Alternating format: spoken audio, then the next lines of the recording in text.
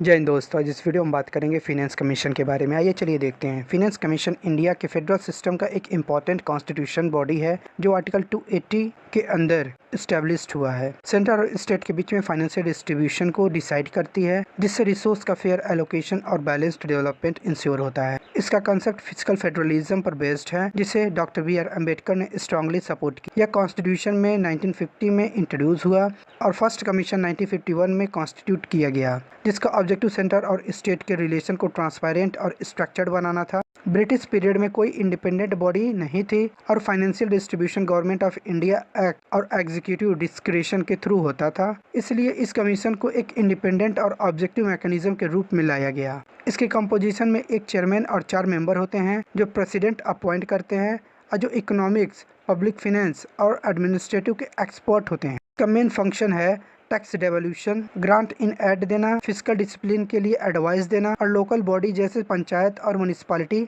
को funding recommend करना। Commission अपनी रिपोर्ट प्रेसिडेंट को सबमिट करती है, जो पार्लियामेंट में टेबल होती है। अब तक टोटल 16 फाइनेंस कमीशन बन चुकी हैं 1951 टू 2026, जिसमें लेटेस्ट 16th फाइनेंस कमीशन है। चेयरमैन अरविंद पनगरिया।